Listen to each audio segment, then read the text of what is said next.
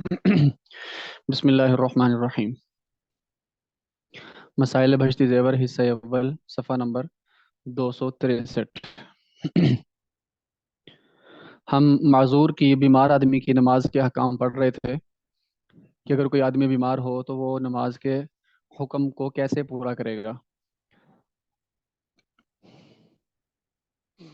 تو اسی کے ذیل میں صفحہ نمبر 263 پر ہم پہنچے، جنون، بے ہوشی اور نشہ کی حالت میں نماز کے مسائل۔ مسئلہ: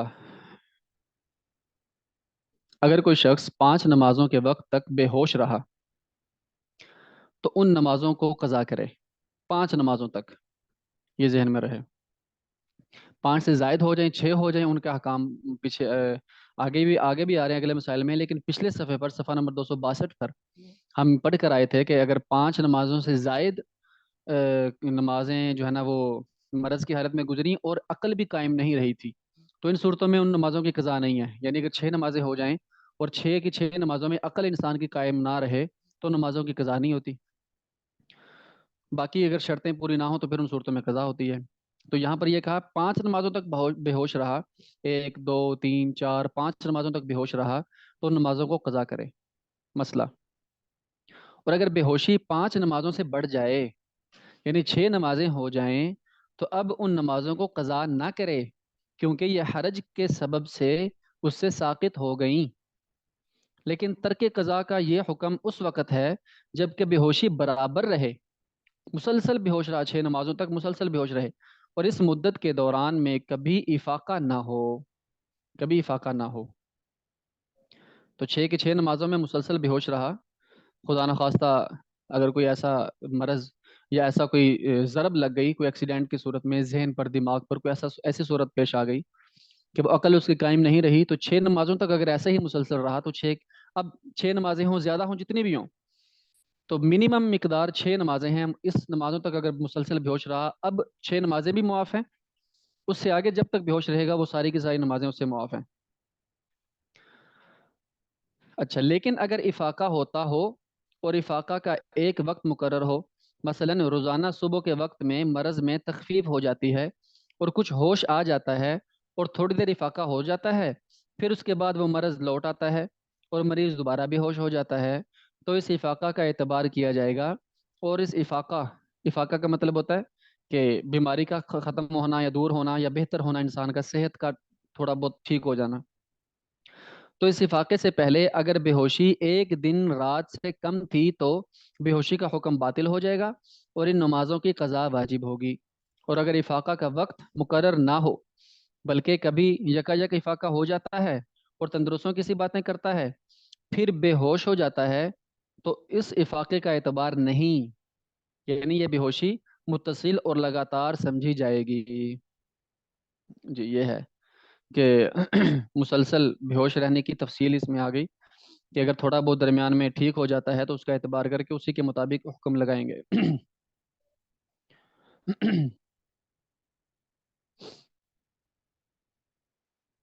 مسئلہ: جنون کا بھی یہی حکم ہے۔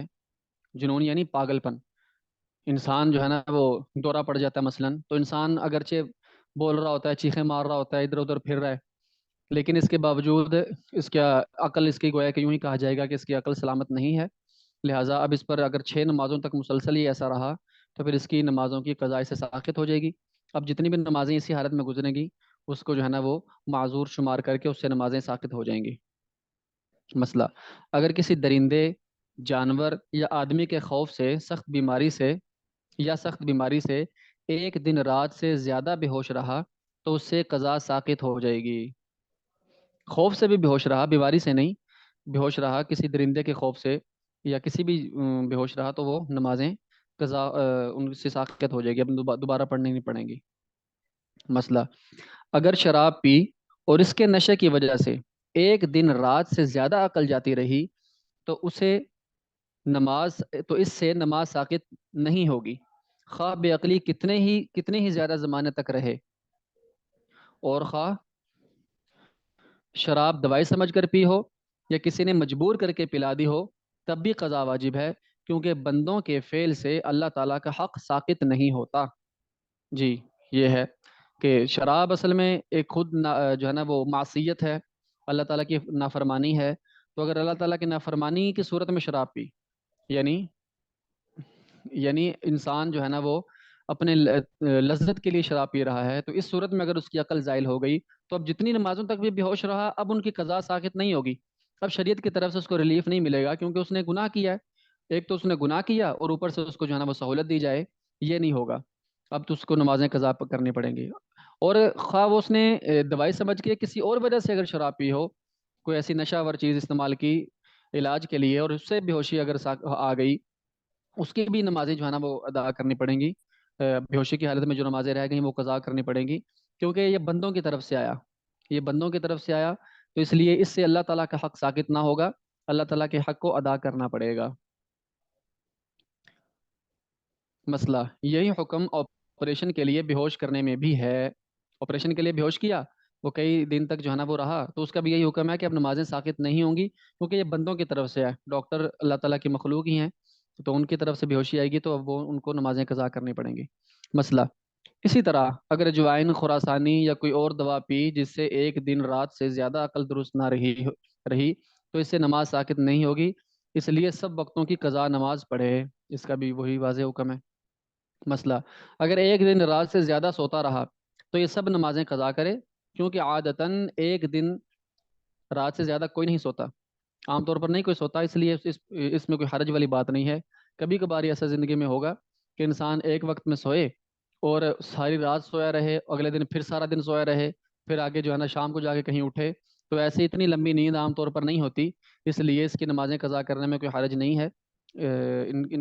اس حالت میں اگر کوئی نمازیں رہ گئیں تو نمازیں پڑھنی پڑیں گی. مسئلہ اگر کوئی مریض ایسی حالت کو پہنچ گیا کہ غنودگی وغیرہ کی وجہ سے اس کو رکعتوں کا شمار اور رکوع و سجود وغیرہ یاد نہیں رہتا، تو اس پر اس وقت کی نمازوں کا ادا کرنا ضروری نہیں، بلکہ صحت کے بعد ان کی قضا پڑھ لے. لیکن اگر کوئی شخص اس کو بتلاتا جائے اور وہ پڑھ لے تو جائز ہے. ہاں، یہ بھی ہے. نماز اگر کوئی بتلانے والا ہے تو بتلاتا جائے اور وہ نماز اپنی پوری کر دے. عام ہوتا ہے ایسے، بعض ذہن جو ہے نا وہ ایسے ہوتا ہے کہ کچھ نہ کچھ ہوش ہوتی ہے، لیکن وہ اس میں غنودگی آ رہی ہے، بے ہوشی تھوڑی تھوڑی طاری ہو رہی ہے، لیکن وہ ذہن ٹھیک ہے، سلامت ہے. تو اگر تو وہ نماز پڑھنے کی قوت ہے تو نماز پڑھ لے. لیکن رکعتوں کا حساب اگر نہیں کر سکتا، ذہن پوری طرح حاضر نہیں ہے، تو کوئی سے ساتھ بتلانے والا اگر ہے تو بتلاتا رہے، تو پھر وہ نماز اپنی پوری کر لے. لیکن اگر بتلانے والا نہ ہو تو اس صورت میں یہ ہے کہ وہ اس وقت نماز پڑھنا ان کے لیے ضروری نہیں ہے، بعد میں ان نمازوں کی قضا پڑے گا. ہمارے استاد محترم حضرت علامہ ڈاکٹر خالد محمود صاحب رحمۃ اللہ علیہ، وہ ایک ہاسپٹل میں ایڈمٹ تھے، تو ان کو یہی حالت تھی کہ 7 8 دن وہاں پر ایڈمٹ رہے. ان کے ذہنی جو ہے نا وہ بے ہوش بھی کافی دن رہتے تھے ایسے ہی. تو ان کو جب ہوش آتی تو فوراً کہتے کہ کس نماز کا وقت ہے. تو کوئی رکعتوں کا حساب نہیں ہوتا تھا. وہ پانی وغیرہ تو استعمال کرنے کی اجازت نہیں تھی، تو تیمم کرتے تھے.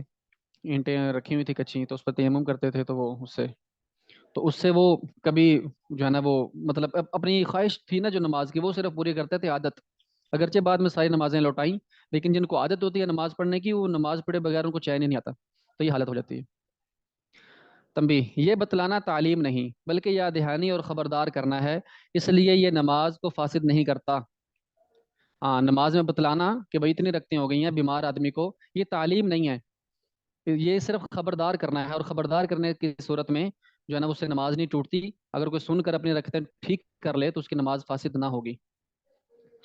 مسئلہ یہی حکم اس شخص کا ہے جس کی عقل میں زیادہ بڑھاپے کے سبب سے فطور آ گیا ہو اور رکعتوں کی تعداد اور رکوع و سجود وغیرہ یاد نہ رکھ سکتا ہو، تو دوسرے شخص کے بتلانے سے اس کی نماز درست ہو جائے گی. اور اگر کوئی بتلانے والا نہ ملے تو اپنی غالب رائے پر عمل کرے. اپنی غالب رائے پر عمل کرے. اس میں ہم پیچھے پڑ چکے ہیں، اگر کوئی آدمی بھول جائے رکھتے ہیں تو اس کا کیا طریقہ ہے، سیدہ صاحب کے بیان میں بھی ہم پڑھ چکے ہیں. لہٰذا وہاں پر جو طریقہ ہو اس کے مطابق اس کو عمل کرنا چاہیے. متفرق مسائل، مریض اپنی نماز میں قراءت، تسبیح اور تشہد و درود و دعا اسی طرح پڑھے جیسے تندرست پڑھتا ہے. ہاں، تندرست کی طرح سب کچھ اس نے پڑھنا ہے جو مریض نے پڑھنا ہوتا ہے. اگر ان سب یا کچھ سے عاجز ہو تو چھوڑ دے. یعنی سب سے عاجز ہے، پڑھ نہیں سکتا، یا کچھ پڑھ سکتا ہے کچھ نہیں پڑھ سکتا، تو جتنا پڑھ سکتا ہے پڑھ لے، باقی جو نہیں پڑھ سکتا اس کو چھوڑ دے۔ تندرست اور مریض میں صرف ان چیزوں میں فرق ہے جن میں مریض عاجز ہے، اور جن پر مریض قادر ہے ان کا حکم اس پر تندرست کی مانند ہے۔ ہاں جی، جو کام کر سکتا ہے وہ تندرستوں کی طرح کرے گا، جو نہیں کر سکتا وہ اس میں تو اس کی معذوری ہوگی بیمار کی، لیکن جو کر سکتا ہے وہ سارے مکمل کام کرے گا۔ مسئلہ، فالج گرا اور ایسا بیمار ہو گیا کہ پانی سے استنجا نہیں کر سکتا، تو کپڑے یا ڈھیلے سے صاف کر لے، یعنی آج کل کے زمانے میں یا ٹیشو استعمال کر لے، اور اسی طرح نماز پڑھے۔ اگر خود تیمم نہ کر سکے تو دوسرا تیمم کرا دے، کوئی اور آدمی اس کے ہاتھ پھروا دے مٹی پر یا ایسی چیز پر، اس کے منہ پر ہاتھ پھیر دے، اس طرح کر کے تیمم کروا دے اسی کے ہاتھوں سے، اپنے ہاتھوں سے نہیں۔ تیمم اگر کسی کو کروانا ہو تو اسی کے ہاتھوں سے کروایا جاتا ہے۔ اچھا، اگر ڈھیلے یا کپڑے سے بھی صاف کرنے کی طاقت نہیں ہے تو بھی نماز قضا نہ کرے، اسی طرح نماز پڑھے۔ کسی اور کو اس کے بدن کا دیکھنا اور صاف کرنا درست نہیں، نہ ماں باپ کو، نہ بیٹے بیٹی کو۔ البتہ بیوی کو اپنے شوہر کا اور شوہر کو اپنی بیوی کا بدن دیکھنا درست ہے، اس کے سوا کسی اور کو درست نہیں۔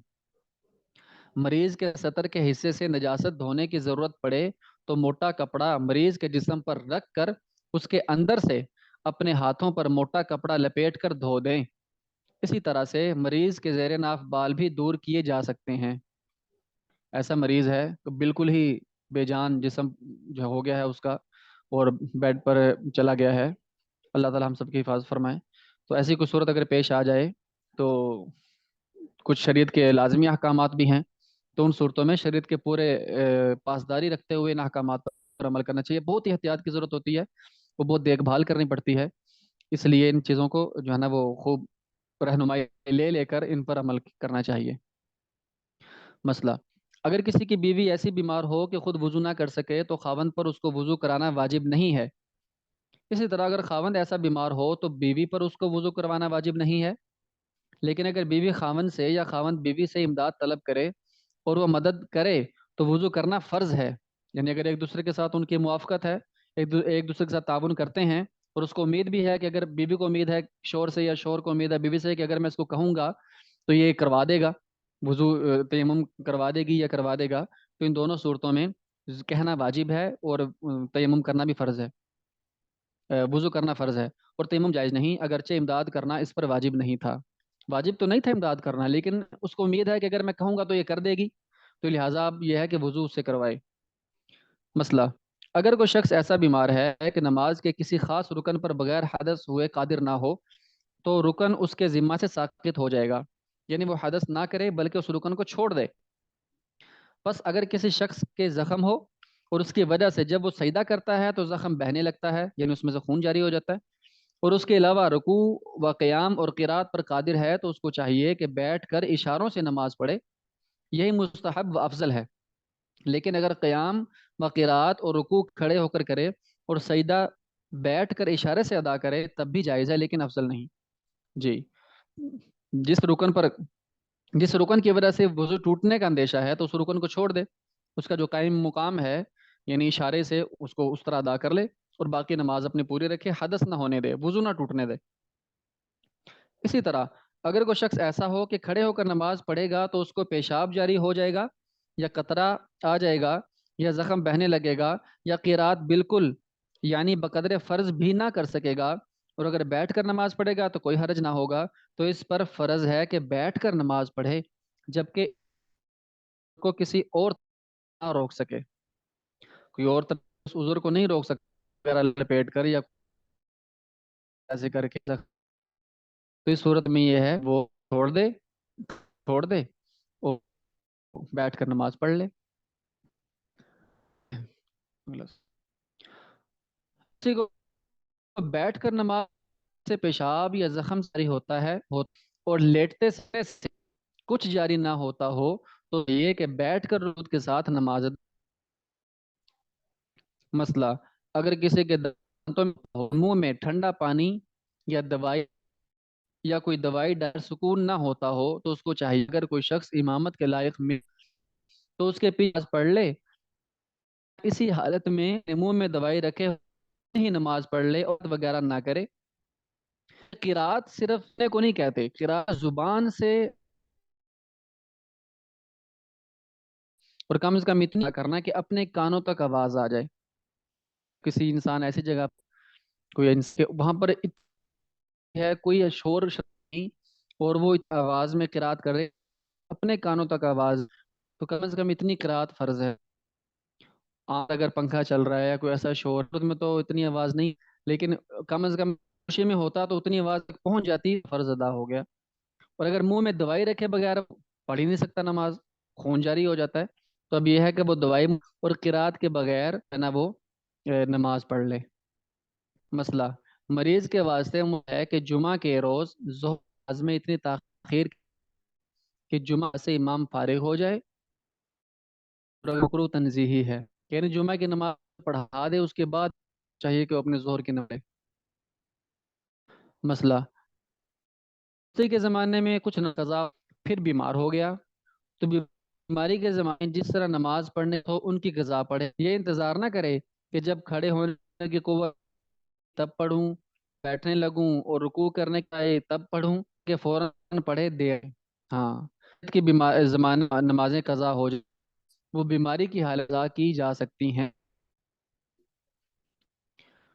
مسئلہ مریض کی جو حالت مرض میں قضا ہو، ان کو جب کرے تو اس نماز پڑھے جیسے تندرست ہیں، اور اگر اس